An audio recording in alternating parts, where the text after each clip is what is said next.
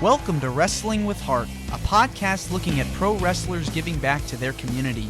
Join me, Stanley Carr, as I interview wrestling's hottest names who use their platforms as entertainers to raise awareness and do community service. Hello and welcome to another edition of Wrestling with Heart. This is the show where we talk with professional wrestlers and professional wrestling personalities about their lives in and outside of the ring, as well as doing acts of charity work, community service, volunteering, and spreading positivity. We're all about the positive vibes here on the show, and I've got a very special guest with me today. He has wrestled for numerous companies, and he's got a great story he's going to share with us. The one and only Cougar Jay. Welcome to the show. Thank you very much, Stanley. Thank you for having me. I'm glad to kind of be back out in the light. People will see I'm still alive, still going. Yeah. Kicking it. Yes, it's my pleasure. And so tell me about your upbringing in childhood. Where are you from? Well, I was from Mooresville, North Carolina, and grew up in an old textile family. They had textile mills and a lot of little mill houses. And I grew up in a textile family. We grew up, not having much, but we at least I had my mother. She was very, very dear to me, and basically a lot of motherly guidance has helped me through my whole entertainment, career. It spans 46 years. Wrestling is a part of it. But my mother, she just, pursue your dreams and do what you want to do. You got one go round. And so I listened to my mother, and she kind of like guided me, and it's been an incredible 46-year span. Had some bad times, but had a lot of good times as well. Yeah. That's what life is about, experiencing the ups and downs. And so wrestling was a big thing in the Carolinas. It was a very strong territory for wrestling. Oh, the old NWA, Jim Crockett, they had it going on. And that span from 1986 to like 1992 or 3, it's just, you never experienced wrestling from that point on that's ever going to match the hype that wrestling had. It was a phenomenal time to be there, even though I didn't make it to the top, but I made it there. You're on television. Just to be part of that era. It's like an honor because it'll never be repeated ever again. I mean, the angles and the way Dusty would come up with things, and it was just an incredible era.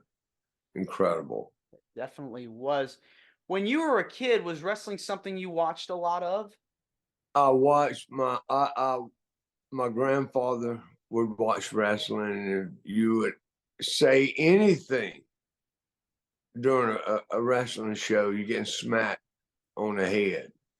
And my Uncle Jerry would stab you in the back if you tried to tell him wrestling was fake.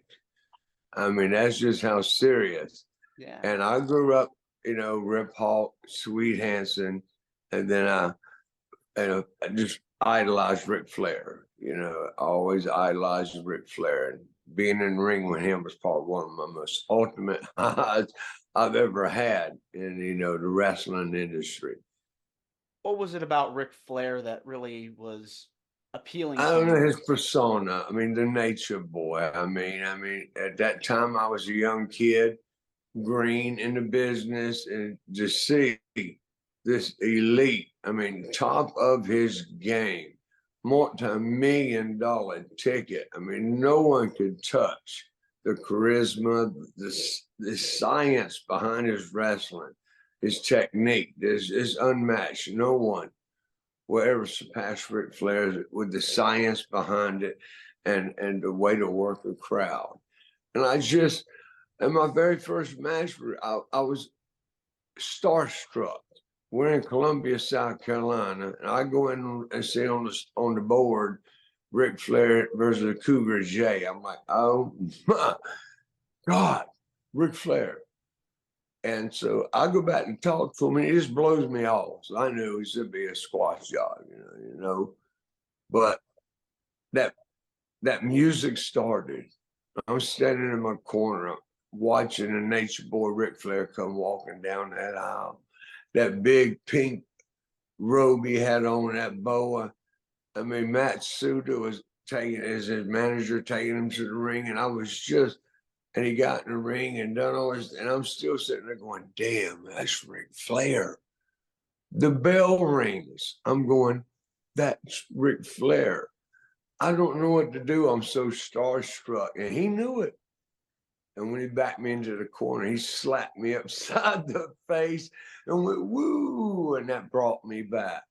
You know, it kind of brought me back down. But I was starstruck, you know, being in the ring my very first time because, you know, a young ring wrestler, you just don't step in the ring. You got to be trusted in the business somewhere. You know, here's a multi-million-dollar ticket, putting a green wrestler in there could possibly hurt the nature boy. So it's like an honor, you know, that I step in. Although he didn't let me have anything. I tried several shots. He goes, not your time, kid. No, but that bump, I went out the ring. I mean, I flew almost into the audience. You know, that man, after we got back, he goes, you're not too bad, kid. You know, I had a shirt that buttoned up. He stuck $100 bill in my pocket of my shirt. He goes, thanks for taking that bump when I flew out there. Cause I sailed. And then as I progressed, you know, I had a couple more matches with him and I'd get things, I get to do stuff. And he trusted me. So he knew when we hook up, you know, if somebody can work, you know, if they stiff, snug, or hook up correctly, you know what you're in store for. Some stiff, you know, but Flair, them chops really hurt. I bet But they everything did. else Flair does was just like almost like a night off. I mean, until it comes to the chops, you're gonna feel that. He lays those in. Yeah. After 3, I couldn't take another one. I had a bruise. I showed my wall. I towed it around. Ric Flair's handprint bruised into my chest. The nature boy. I was so proud to have that handprint bruised. That's how hard that man shot. But Yeah. you know, class. You know, he always was just a nature boy. Just a nature boy.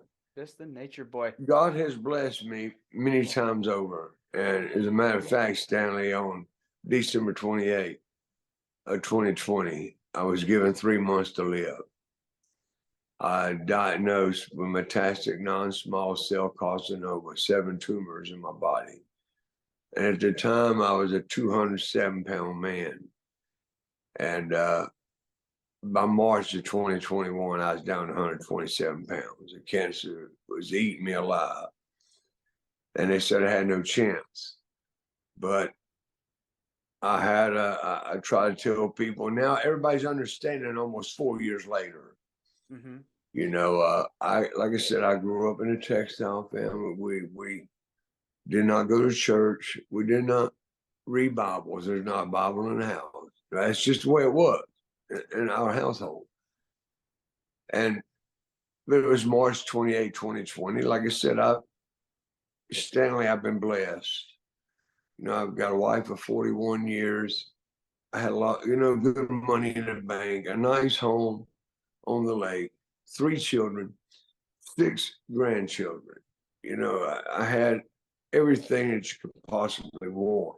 But I had, you know, every wrestler has been through it. Anyone you've interviewed, we all go through our demons.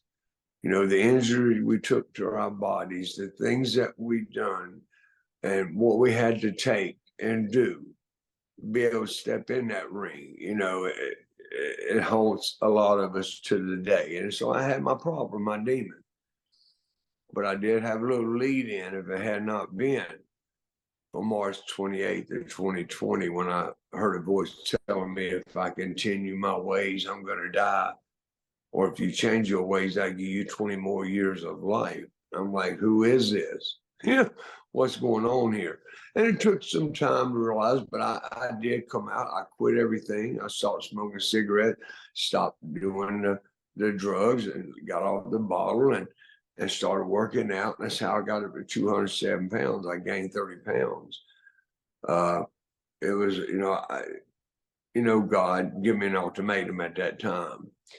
But I'm now totally cancer free. I'm totally bag free. I had to wear a colostomy bag for 2 years and 10 months. And I'm now chemo free. I'm still on immunotherapy, but that's going to be up maybe by the end of this year. Immunotherapy will be gone because they say I've surpassed the odds. I went way beyond it. So God took care of me, and that's my story today. Is this? That's why I just tell people how I feel, and that Jesus saved and healed me, or I would not be here today. You don't get terminal stage 4 cancer, 7 tumor. The doctor give you 3 months to live. Those are not good odds, But everything's great now, Stanley. My life. Hopefully, I can use Cougar Jay to help. With my new mission in life. I've been given a second chance. There's so many cancer patients that I talk to now, and I help. And ostomates who have to wear the bag. We go through, mine's gone. They took mine off October 4th. So I'm cancer free, bag free, chemo free now. But it's nightmare wearing those bags. So I get the opportunity, to work, to use all these things, little crafts, skills. I picked it up through my life to be able to help somebody now who is going through what I went through 3 years ago, scared to death, you're going to die. You know what I'm talking about?